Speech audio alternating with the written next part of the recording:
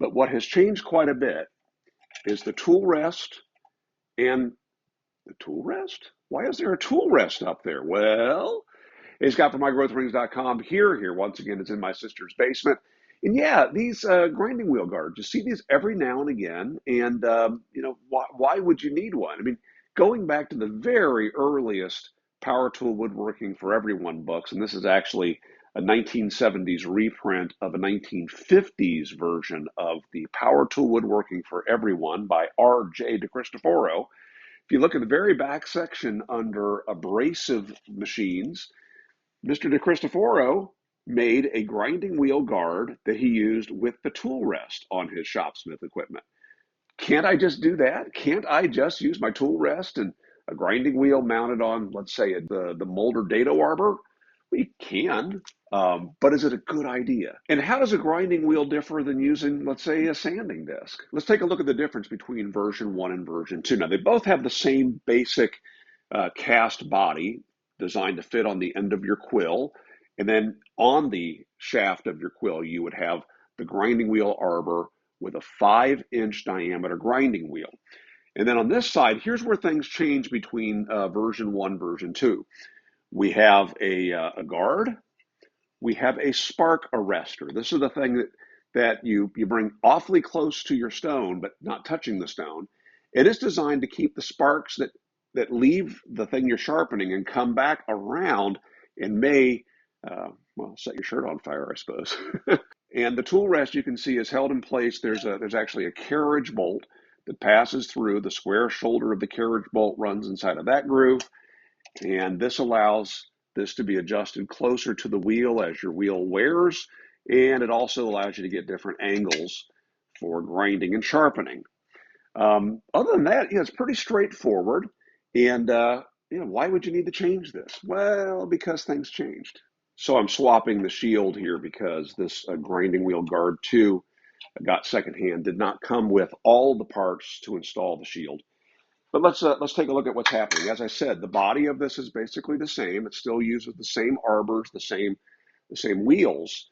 But what has changed quite a bit is the tool rest and the tool rest. Why is there a tool rest up there? Well, this is designed to act as either a spark arrestor, as we had on the previous model, or as a tool rest. Now, you think about this. If this is running on your Shopsmith Mark V, this would mount to the end of your spindle, and the stone would be rotating this way, okay, coming around like this. In fact, if you look at version 1, they even give you an arrow showing the direction that your grinding wheel should be spinning. But why isn't that on this grinding wheel? Well, because this grinding wheel came out after the power station was introduced.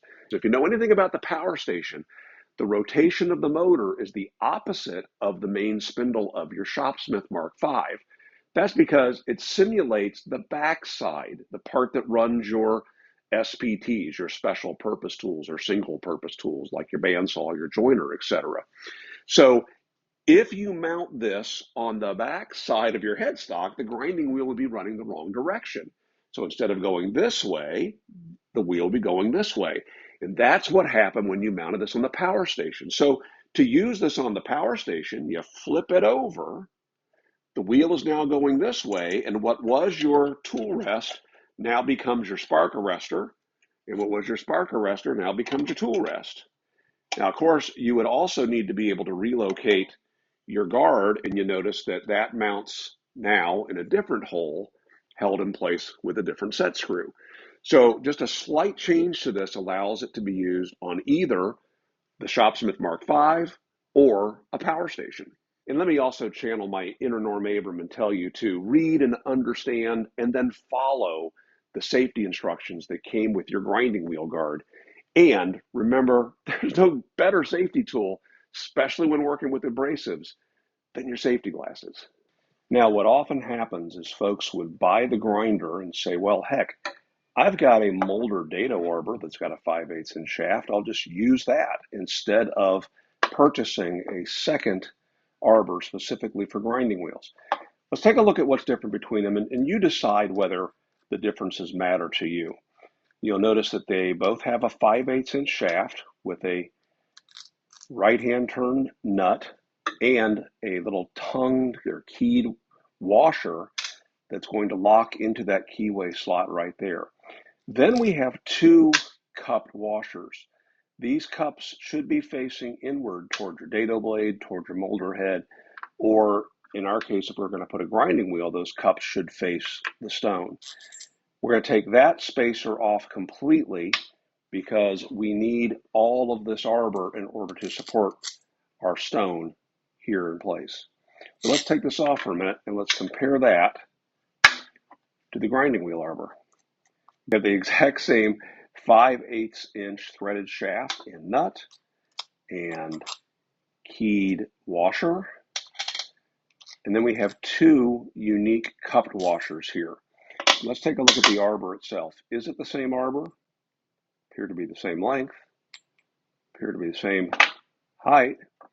This one looks like someone along the way had taken a file to it and maybe in order to get rid of a burr, but otherwise those are the exact same basic arbor. But do these washers make much difference? Well, maybe. You know, the larger of the two, the one that's designed for the grinding wheel, is truly about a 1/4 inch larger. So it's able to reach out over a greater distance and apply pressure to the stone. What really matters to us here is that they match one another. So if I have the grinding wheel arbor, if we were using this arbor for a dado blade, this might limit some of our depth of cut. But because we're using it with a grinding wheel, we really do want to have it as high up on the wheel as we can, which will lend some stability. Now here's the grinding wheel guard 1. We'll install that onto the end of the quill. This is the portion of the quill that doesn't move. And when you tighten this up, you just need to get it snug, and then no more than probably 1/8 of a turn beyond that. Make sure that your quill lock is locked, otherwise things could move about on you here. And you can see that we have a couple cap screws that will need to be removed in order to give us access to the side to install the wheels. In fact, no, we don't have to remove them. The top one we remove. The bottom one, if I recall correctly, we loosen everything up. Will it swing out of the way? Oh, I don't recall correctly. I guess we do have to take that off. Here we go. Now we'll install our grinding wheel onto the end of the quill shaft. Make sure that's properly seated and tight. And then we'll bring this back up and reinstall those cap screws.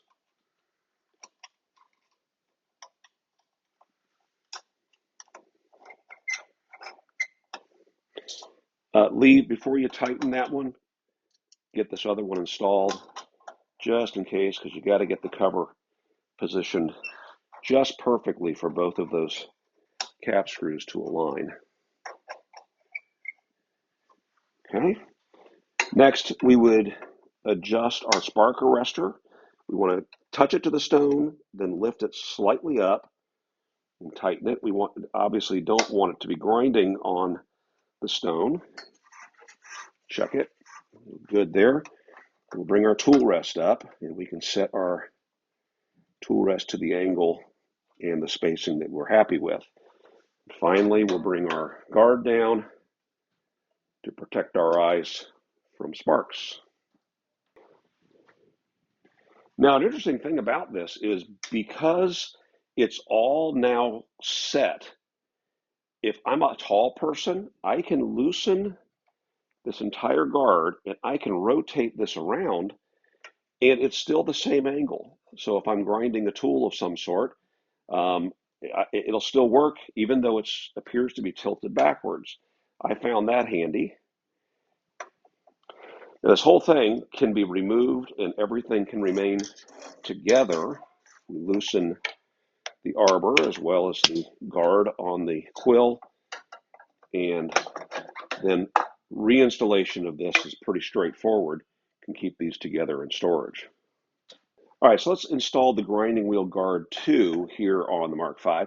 You can see that this installs just like a typical lower saw guard, slides on over the stationary portion of the quill, and then locks in place. Doesn't take a lot of force here.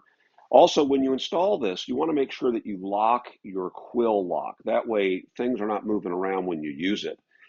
Next, to get our access to the interior of this, to add our arbor and our grinding wheel, you loosen the two wing nuts here that are holding the tool rest and the spark arrestor in place. And then we remove this cap screw down here. And again, all of this, if we're removing a part, is done with the 5/32 Shopsmith toolbox. Set those aside. Oh, and there you go. We have full access now to install our grinding wheel. So we're going to put our grinding wheel, in this case, it comes with multiple bushings to allow me to get to the diameter that I need. In this case, we're going to go with 5/8. Fits onto the grinding wheel arbor. I have that grinding wheel arbor washer. This one goes on the outside. We got the lock tongued washer, and then we add the nut. And this should be tightened up with a pair of wrenches. But for now, I'm just going to slide this on. And this is going to go onto the end of the quill. Now, I'm going to make sure that my spark arrestor and my tool rest are in fact going to be meeting that stone in the proper position. So I'm not grinding the edges of my grinding wheel of my tool rest. And everything looks good here. So now, I have to have these carriage bolts loose. We'll swing this up and over, and then the cover goes underneath the carriage bolt here at the top and bottom. You got to make sure that your carriage bolt is loose for everything to fit. Now, it's okay for this to be a little sloppy right now because I need to align the threaded hole here with my cap screw. Here we go. All right, that is locked in place. Now we can bring our tool rest up and choose our angle. Now you can see that I've got quite a bit of wiggling and wobbling available here to me to adjust exactly how I want to have that positioned, the angle that I want. And I'm going to go right about like that. See, I'm getting a fairly aggressive angle. If I want it to be flat, if I were grinding something flat, I would just swing this all the way up like so. Lock that in place. And then our spark arrestor, again, we want to bring that fairly close, lock it down. Then we can adjust our guard as well, bring that into a position where we can still see what's going on. In fact, I don't know if I can get this past. Nope, I can't get that quite down to there. So it looks like that's going to be where I position that. Maybe I'll bring my spark arrestor back to here. Yeah, I think that gives me better visibility.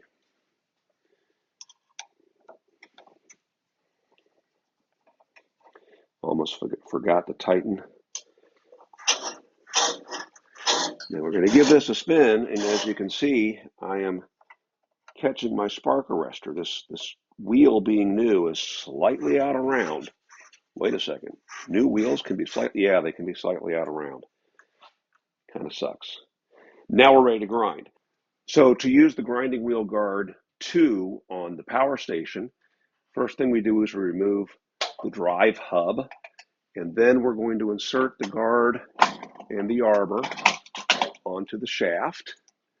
First thing I do is I tighten the arbor down first, then I'm going to rotate this guard around to the position that I'm comfortable. Wherever I want that tool rest to land, I can then tighten the body of the guard right there.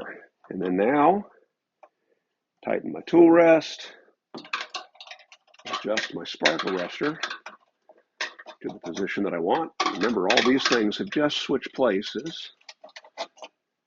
There we go. And let's bring the guard the shield into place. The shield has now switched sides, so I'm going to have to loosen that to get everything to fit. But tighten the set screw on the back. I don't have a set screw on the back. I guess I've never used this here. Anyway, I would insert the set screw in the back to hold the guard in position.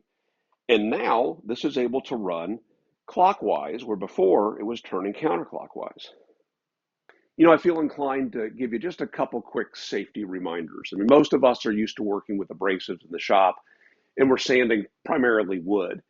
Thing is, when we sand wood, we're not typically getting sparks that can catch our shop on fire.